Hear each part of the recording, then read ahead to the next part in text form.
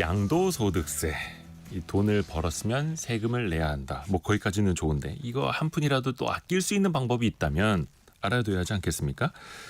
부동산 특히 뭐 주식도 마찬가지고요. 자, 슬기로운 세무생활 함께 해보시죠. 누리세무그룹 김철훈 세무사와 함께합니다. 안녕하세요. 안녕하세요. 김철훈 세무사입니다. 일단 양도소득세는 네. 벌었을 때 내는 거죠. 그러니까 손해가 나면 안 냅니다. 안 내는 거죠. 예.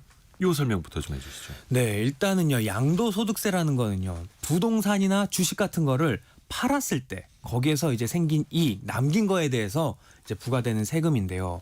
예를 들어서 내가 5억에 집을 샀는데 그 집을 8억에 팔았다고 한다면은 그 차익 이익이 한 3억 정도가 남을 거예요. 네. 이 이익에 대해서 부과되는 세금이 바로 양도소득세인데요.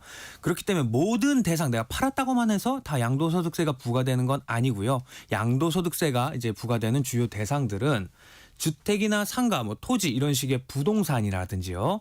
아니면 주식, 증권, 채권 이런 식으로 금융자산을 팔았을 때 발생한 이익이 있을 테고요. 그리고 그 외에도 뭐 권리금이라고 하죠. 우리 영어권 그리고 회원권 등을 팔았을 때도 양도소득세를 부과할 수 있어요. 그래서 양도소득세는 앞에서 말씀드린 이러한 자산들을 팔아서 남긴 그러니까 차익에 대해서 과세가 되는 세금이고요. 만약에 내가 남긴 게 없다, 남는 게 없다, 양도 차익이 없다라고 한다면 세금도 부과되지 않습니다. 다만 세금이 없다라는 거지 세금 신고는 원칙적으로 해야 됩니다. 하나하나 나눠서 한번 좀 여쭤볼까요? 네. 우선은 주식 분야부터. 네. 최근에 좀 금투세 논쟁이 있기는 했습니다만 금투세를 떠나서 주식 투자할 때 특히 주식으로 수익을 냈을 때 양도소득세는 어떻게 됩니까? 네, 이제 양도소득세는 주식에서 국내 주식이랑 해외 주식이 조금씩 다르게 규정이랑 세율이 적용되는데요. 먼저 국내 주식부터 말씀을 드리면은 국내 주식 같은 경우는 이제 개인 투자자가 일정 기준 이하의 거래에 대해서는 이제 양도소득세가 부과되지 않고 있어요. 어떤 대부분은 내용이냐? 양도세를 안 내죠. 맞습니다. 주식은. 예, 우리나라의 이제 상장 주식이라고 이야기하죠. 코스피, 코스닥 이런 증권 시장에서 사고 파는 개인 투자자의 주식 거래에 대해서는 양도소득세가 부과되지 않고 있고요. 대주주에 한해서 이제 양도소득세가 부과되고 있습니다. 대신에 이제 예외라고 한다면요, 소액 주주라고 한다고 하더라도 네. 이 상장 주식 시장이 아닌 비상장 주식이라고 해서 상장되지 않은 주식을 거래할 때라든지요. 네. 아니면 해외 주식을 팔아가지고 이익이 발생하게 되면 양도소득세 과세 대상이 될 수 있습니다. 그래서 해외 주식을 다 이제 설명을 드리면은요, 250만 원의 수익까지는 1년에 기본 공제로서 과세를 하지 않고 있어요. 그래서 250 넘는 금액에 대해서만 이제 양도소득세를 과세하는데 이때 세율은 22%, 양도소득세 20%와 지방세 2% 합쳐서 22%를 부과를 하게 돼요. 신고하는 방법은요, 주식 양도세 같은 경우는 직접 신고를 해야 되는데요. 네. 국내 주식에서 발생한 비상장 주식 거래라든지 이러한 부분에 대해서는 국내 주식을 상반기와 하반기 1년을 반으로 나눠 가지고요. 상반기에 있었던 주식은 상반기 끝나고 2달 이내, 하반기 있었던 주식 거래는 하반기 끝나고 2달 이내에 신고해야 되고요. 해외 주식 같은 경우는 이제 연간 수익이 250만 원이 넘는 초과한분에 대해서는 1년 동안 1월 1일부터 12월 말까지 있었던 해외 주식 거래에 대해서 다음해 5월까지 신고 납부해야 됩니다. 이 신고는요, 홈택스에서도 신고 납부 직접 하실 수도 있기 때문에 어렵지 않습니다. 비상장 주식은 양도세를 내야 하지만 네. 상장 주식은 양도세를 내지 않아도 된다라는 거고 또 이제 금투세는 여야가 합의해서 폐지하기로 했기 때문에 일반인들에게는 주식으로 인한 양도세는 물리지 않는다. 네. 다만 이제 대주주들은 계속 이제 신경을 써야 되는 거고요. 맞습니다. 또 해외 주식에 투자하는 이른바 서학개미 분들 네. 많지 않습니까? 네. 해외 주식 양도세를 줄일 수 있는 방법은 뭐가 있을까요? 네, 해외 주식과 관련해 가지고 이제 세금 줄일 수 있는 꿀팁 한 2가지 말씀드리면은요. 네. 이제 해외 주식 첫 번째로 해외 주식 양도세는 손실이랑 내가 손해 본 거랑 이익이 난 부분을 합산을 해요. 통산을 하기 때문에 그 순이익을 기준으로 세금을 매깁니다. 그래서 예를 들어서 내가 엔비디아를 팔아서 1년에 900만 원 정도의 이익이 났는데 네. 내가 내 주식을 보니까 테슬라로 한 300만 원 손해를 지금 보고 있다. 그래서 300만 원 이거를 손실을 실현한다고 하면 순이익은 나한테 떨어지는 거는 한 600만 원이 남게 될 거예요. 네. 거기에서 250만 원 기본 공제를 빼고 나면은 남은 350만 원에 대해서만 22% 세율이 적용되기 때문에 만약에 내가 해외 주식을 팔아서 올해 이익이 발생을 했다. 라고 한다면은 가지고 있는 종목 중에 손실이 나고 있는 종목을 팔아서 이익을 줄이는 방법도 고려해 볼 수가 있고요. 이익이 난 것이랑 손실 난 걸 같이 팔아서 네. 예, 그래서 좀 상계를 시킨다는 거죠. 네, 그럴 수 있고요. 또 기본공제는 1년에 250만 원을 이제 적용을 할 수 있는데요. 이거 그렇죠. 두 번 써먹을 수 있는 방법이 예를 들어 뭐 24년 12월 말쯤에 50%만 팔고요. 네. 한 달 후 내년이 돼서 25년 1월에 나머지 50%를 팔게 되면은요. 1년에 한 번씩 제공되는 250만 원 기본공제를 24년에도 한 번 받아서 써먹을 수 있고 25년에도 한 번 받아서 두 번을 활용을 할 수가 있습니다. 그리고 최근에 비트코인 가격도 8만 1,000달러 네. 넘어서 또 사상 최고치 기록하고 있는데요. 아, 좋겠다. 자, 가상자산으로 벌었어도 이것도 양도세 어떻게 되는 겁니까? 네, 이제 이게 유예가 돼가지고요.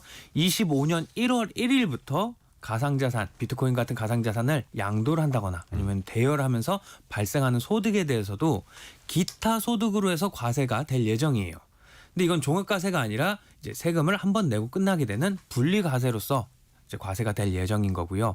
세율은 기본적으로 20%의 세율이 적용돼서 250만 원을 넘는 양도 차익에 대해서만 세금이 부과될 예정입니다.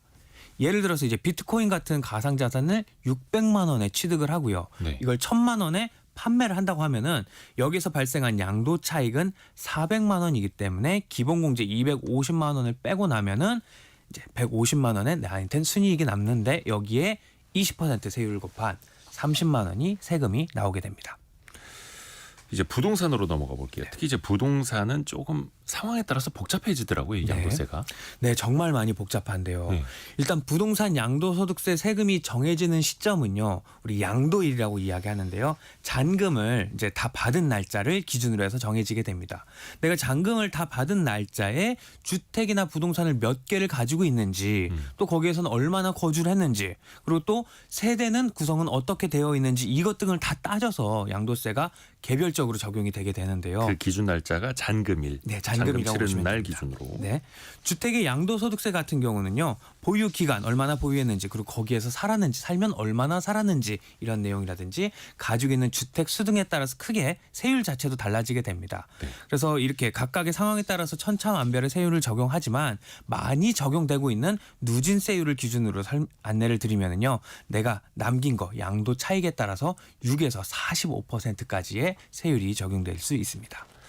비과세 대상이 되는 경우도 한번 좀 살펴주세요. 네, 부동산에서 가장 대표적인 비과세는요. 1세대 1주택 비과세를 말씀드릴 수 있을 것 같아요. 네. 그래서 주택을 한 채만 가지고 있던 세대가요. 그 주택을 팔면서 얻은 이익에 대해서는 세금을 물리지 않아요. 왜냐하면 이사를 편하게 할 수 있게끔 주거 이전의 자유를 보장하기 위해서인데요. 네. 다만 이 해당 주택을 2년 이상 가지고 있어야 되고요. 판매한 금액인 양도가액도 12억 원 이하인 경우에 대해서만 이제 비과세 혜택을 적용을 할 수 있습니다. 예를 들어서 아파트를 내가 5억에 구매를 해가지고요. 네. 6년 동안 살고요. 거기서 그리고 9억에 판매를 했다고 하면 4억의 양도 차익이 발생했다 하더라도 네. 양도세가 하나도 나오지 않는 양도세 비과세 적용을 받을 수가 있습니다. 그런 반면에 6년 전에 똑같은 상황에서 5억에 구매를 했는데요. 이 지역 호재가 발생해서 주택 가격이 상승해서 13억 원에 만약에 판매를 했다고 하면은 12억이 넘어갔기 때문에 양도세를 내야 됩니다. 다만 이제 이렇게 양도가액이 12억이 넘는 경우라고 한다고 하더라도 전체 13억 원에 대해서 양도세가 나오는 게 아니라 초과되는 부분인 1억에 대해서만 양도세가 과세가 됩니다. 12억까지는 비과세. 비과세이기 그걸 때문에요. 초과한 금액에 대해서만 세율이 매겨지는 거고요. 네, 맞습니다. 집을 오랫동안 갖고 있었을 때도 공제되는 게 있잖아요. 네, 그렇죠. 비과세는 아니다고 하더라도 오랫동안 장기로 보유하고 있었던 사람에 대해서 특별히 공제해준다. 줄여서 장기 보유 특별 공제를 적용해 줄 수가 있는데요. 네. 이 부동산을 보유를 얼마나 했는지 이 기간에 따라서 양도 차익 내가 남는 거의 일정액만큼을 공제받을 수 있는데요. 뭐 설명을 드리자면 일반 부동산 같은 경우는 3년을 보유했을 때부터 이제 이 혜택을 받을 수가 있어요. 6%부터 시작을 해서 매년 2%, 2%가 추가로 적용이 돼가지고요. 최대 15년 이상을 보유하게 되면 30%까지 공제를 받을 수가 있고요. 네. 또 1주택을 보유한 세대가 양도가액 10억이 넘는 부분에 대해서는 과세된다고 했잖아요. 네. 이때도 마찬가지로 보유기간 그리고 거주기간으로 나눠가지고 각각 40%의 한도를 공제를 받아서 최대 80%까지 장기 보유 특별공제를 받을 수가 있습니다. 그리고 당연히 나는 1주택자여서 네. 이거 부동산 집을 팔아도 양도세 안 내겠지 했었는데 나도 모르게 또 세금 폭탄 맞는 경우도 있더라고요. 네, 실제로 엄청 많이 발생하고 있습니다. 이제 양도소득세는요, 부동산 가격에 대해서 세금이 매겨지기 때문에 네. 그 금액 자체가 커요. 그래서 가산세를 맞아도 큰 금액을 맞게 됩니다. 가산세만 몇 억이 발생하는 경우도 정말 많이 있는데요. 조금 전 말씀드린 가장 큰 혜택인 1세대 1주택 비과세를 예를 들면요. 1세대 1주택 비과세 혜택을 적용하기 위해서 고려해야 될 상황들이 많이 있는데요. 그중에 대표적인 게 이제 내가 주거용으로 사용하지 않았는데도 불구하고 그게 주택이어서 주택으로 넣어서 나중에 밝혀져서 가산세를 맞는다거나요. 아니면 2년 이상 보유를 해야 되는데 이걸 확인하는 과정에서 봤더니 하루가 모자라가지고 2년에서 하루가 빼져서 이제 가산세가 맞는 경우들이 있기 때문에 아이고, 이런 세법 적용할 때는 주의가 반드시 필요하게 됩니다. 꼼꼼하게. 네. 그리고 왜 우리가 이제 비용 처리한다고 하지 않습니까? 비용으로 쓴 것들은 나중에 네. 일부 세금에서 이제 공제 처리가 될 텐데 네. 부동산도 부동산 양도세에서도 비용 처리가 되는 게 있어요. 네, 이것도 자주 들어오는 질문인데요. 네. 부동산과 관련해서 사용한 지출 필요 경비에 따라 가지고 이제 양도소득세도 줄어들 수가 있어요. 여기에 가장 큰 원칙은요.